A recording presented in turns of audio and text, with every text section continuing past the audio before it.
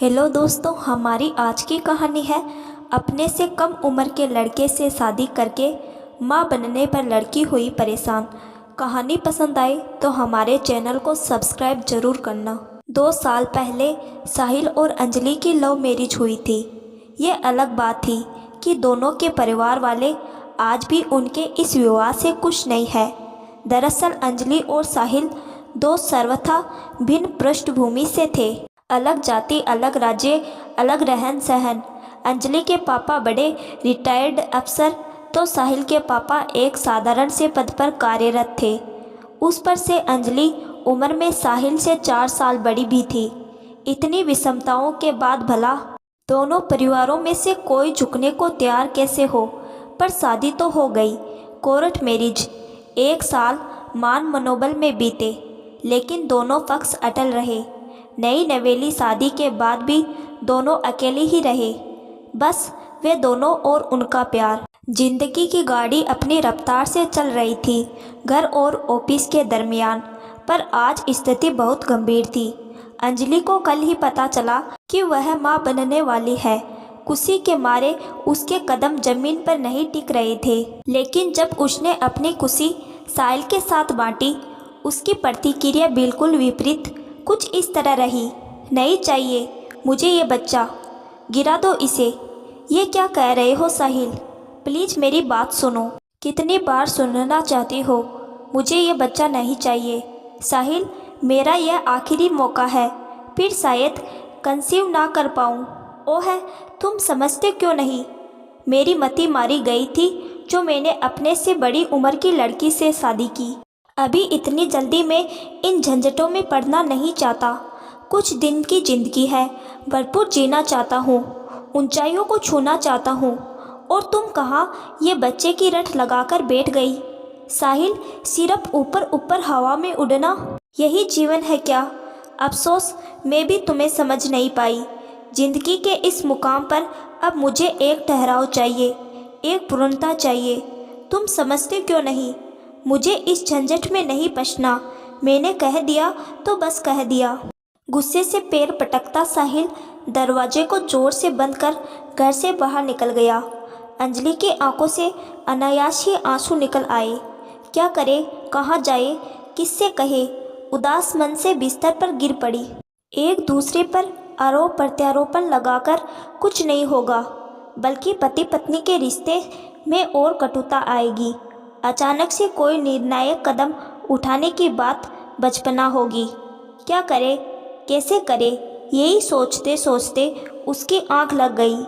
अचानक बंद आंखों में जैसे उसे अपनी समस्या का समाधान दिख गया।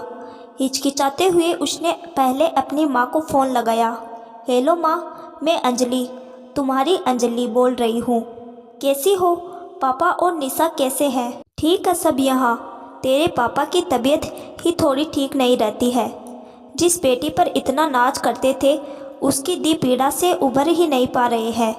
खैर छोड़ो, आज कैसे हमारी याद आई? हम दोनों ठीक है माँ, यूं ही फ़ोन किया था। अच्छा फ़ोन रखती हूँ, बाय। माँ के स्वर में रूखापन भांपकर अंजलि ने और कुछ नहीं कहा और फ़ोन रख दिया।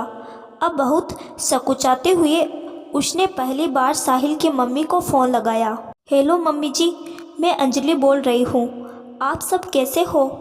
खूब खुश रहो बच्चे, आज तो बहुत बड़ा दिन है, तुमने हमें याद किया। कैसे हो बेटा? और साहिल कैसा है? उससे बात किए हुए कितने दिन हो गए? हम दोनों ठीक हैं मम्मी। दरअसल आपसे एक ज़रूरी बात कहनी थी। क्या? क्या कहा? मैं दादी बनने वाली हूँ? वाह, बहुत अच्छी खबर दी तुमने। साहिल के पापा को भी बताती हूँ, न जाने कब तक तुम सबसे मुँह फेर कर रहेंगे। मैं समझा समझा कर थक चुकी। भला अपने बच्चों से कोई इस तरह रूठता है? अब तो उनका पोता पोती उनके मिजाज को सही करेगा। तुम अपना ध्यान रखना अंजलि, और कोई भी बात हो बेझिझक बताना। बहुत सुन ली मैंने साहिल के पापा की, अब और नहीं। मेरी ममता की और कितनी परीक्षा लेंगे भगवान। अंजलि को मम्मी जी की इन बातों से बहुत बड़ा सबल मिला। अब तक सास जाति के प्रति उसने इतना कुछ सुन रखा था कि उसकी सोच भी नकारात्मक ही थी। पर आज उसने जाना कि उसकी मम्मी जी तो सगी माँ से भी बढ़कर उसे अपनाने को आतुर है। दो बेटों की माँ मम्मी जी पूरी उम्र बेटी के लिए तरसती रही। बहू के रूप में उन्हें बेटी की चाह थी, पर पुत्र के इस बेमेल विवाह प्रस्ताव ने कुछ समय के लिए ही सही उनकी ममता पर परायेपन का पलड़ा भारी कर दिया था। पर शायद आज वो उपयुक्त समय था जब उनका वात्सल्य अपनी सारी सीमाओं को तोड़कर बाहर आ गया। अंजलि की मां ने पति के अहम और दूसरी बेटी के बारे में सोचकर हाथ पीछे कर लिए।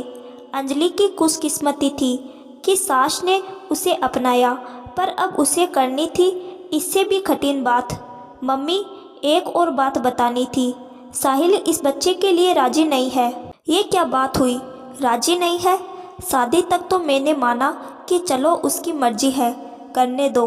ये कौन सी बात हुई? अंजलि, तुम बिल्कुल चिंता मत करो, मैं तुम्हारे साथ हूँ। कुछ ऐसा वैसा कदम उठाने की ज़रूरत नहीं है। बच्चे भगवान की देन होते हैं, ऐसा ना हो कि बाद में पछताना पड़े। अंजलि, तू बिल्कुल चिंता ना कर बेटा, मैं साहिल से बात करती हूँ। अब हम दोनों माँ बेटी मिलकर इन दोनों बाप बेटों की अकल ठिकाने लगाएंगी। मैं अगले हफ्ते की टिकट करा रही हूँ। कुछ दिन तुम्हारे साथ रहूँगी और तुम्हें अपने साथ भी रखूँगी। साहिल की मनमानी बहुत हुई, कायरों की तरह जिम्मेदारियों से भाग रहा है। ऐसा ही करना था तो पहले सोचना था। तू थोड़ी भी फिक्र ना कर, आखिर मैं भी उसकी माँ हूँ। कान उमेठूंगी तब पता चलेगा। अब जाकर अंजलि हल्का महसूस कर रही है। हालांकि वह खुद एक सक्षम महिला है, अपनी जिम्मेदारियों को उठा सकती है। दूसरी तरफ साहिल की मां ने भी बहू से बात कर जमाने भर का सुख पा लिया था। परिवार और समाज की दुहाई देकर आज तक पति ने सख्त पाबंदी लगा रखी थी। बात करने की छूट नहीं थी, पर कहते हैं ना, डूबते को तिनके का सहारा ही काफ़ी होता है। बहू की एक पहल ने उन्हें ऊर्जा से भर दिया। अब उन्हें अपने ऊपर क्षोभ हो रहा था कि क्यों इतने दिनों तक बेटे बहू को अपनी ममता से महरूम रखा। बस अब और नहीं। एक दूजे की शक्ति बन दोनों सास बहू अब किसी भी संकट से निपटने की ताकत रखती है। दो माँ एक साथ हो गई तो दुनिया की कोई भी ताकत उनका कुछ बिगाड़ नहीं सकती। दोनों मिलकर परिवार में आने वाले नए मेहमान के स्वागत की तैयारियों में जुट गई और उन्हें पूरा विश्वास है कि उनका साथ परिवार को एक बार फिर एक सूत्र में बांध देगा। कहानी पसंद आए तो लाइक और कमेंट्स ज़रूर करना।